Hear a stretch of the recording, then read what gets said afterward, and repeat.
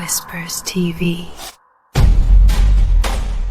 In 1996, in a quiet English town just outside Bristol, a small house on Hawthorne Road sat empty. It wasn't an ugly house, or in a bad neighborhood. It was clean and affordable, but no one stayed. Tenants would move in, and within weeks, sometimes just days, they would leave without a word. No complaints, and no arguments over the deposit. They would simply vanish. When Thomas and Evelyn Carter moved in with their 6-year-old daughter Mia, they knew nothing of its history. They were new to the area, desperate for a cheap place, and the landlord seemed unusually happy to get the keys out of his hands. The first week was peaceful, almost too peaceful. Then on the 8th night, it started. At exactly 1:12 in the morning, a knock echoed through the house. 3 slow, distinct knocks on the front door. Thomas, more annoyed than afraid, got out of bed while Evelyn listened from the dark. He opened the door to an empty street. No cars, no one running away. Just a drift of cold night air. He brushed it off as a prank. The next night, it happened again. 1:12 a.m. 3 knocks. This time, Mia woke up screaming. Evelyn rushed to her room. She was at my window. Mia whispered, her eyes wide with terror. "Who was, honey?" Evelyn asked, her own fear starting to prickle. "The girl," Mia answered. "She wanted to come inside." Thomas checked the room. The window was locked tight, the curtains perfectly still. "Mia," he said softly, "what did she look like?" Mia's voice was barely a whisper. "The wet one." That was the moment a cold dread settled over Evelyn. From then on, the knocking was a nightly ritual, always at 1:12 a.m., always 3 knocks, sometimes the front door, sometimes the back. Once, they heard it from upstairs, in the empty hallway. Thomas made a point of opening the door every single time, but there was never anyone there, just the lingering feeling that someone had been standing on their porch only a second before. Mia began to change. The bright, happy girl was becoming quiet and withdrawn. She stopped sleeping, and instead, she started to draw. Page after page, she drew the same thing, a blurry figure of a girl with dark, dripping clothes, standing just outside their house. One morning, she looked up from her crayons and said, "She says she used to live here. She says she's not allowed to leave." Evelyn knelt beside her, trying to keep her voice steady. "Does she have a name?" Mia just shook her head. "She doesn't remember anymore."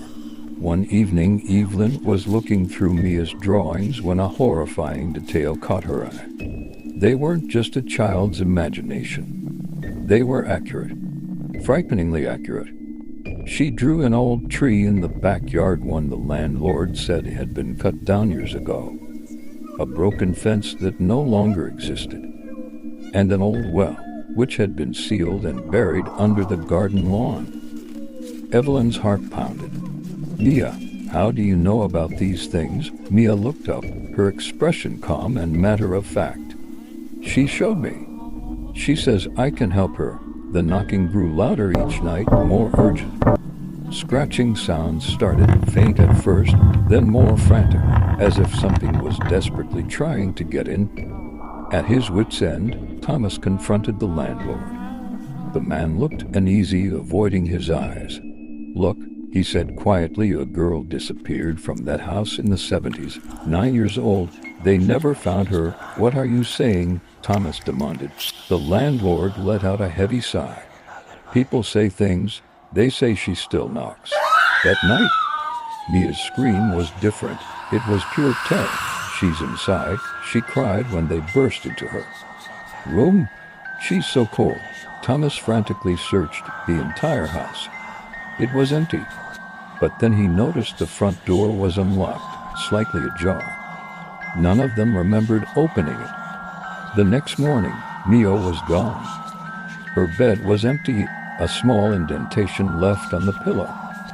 Her shoes were still neatly placed by the door. The police searched everywhere, the streets, the nearby woods, every house on the block. Nothing. Then one officer noticed something in the backyard. The ground near where the old well had been. It looked disturbed. They started digging. And at the bottom of the sealed, forgotten well, they made a discovery that shattered the entire town. There were two small skeletons. One was quickly identified as the girl who had vanished back in the 1970s. The other was Mia. The investigation pieced together a devastating story. Decades ago, the first girl had accidentally fallen into the well. Her disappearance was a mystery that faded into a cold case. And the well was sealed over, her memory buried with her. The knocking, neighbors finally admitted, had been happening for years, always at 1:12 a.m., the exact time she had fallen. Mia, a sensitive child, had somehow connected with the lonely spirit trapped just beneath her feet. On that final night, while her parents slept, she had slipped outside, driven by a child's innocent need to help. She was trying to free the girl from the well.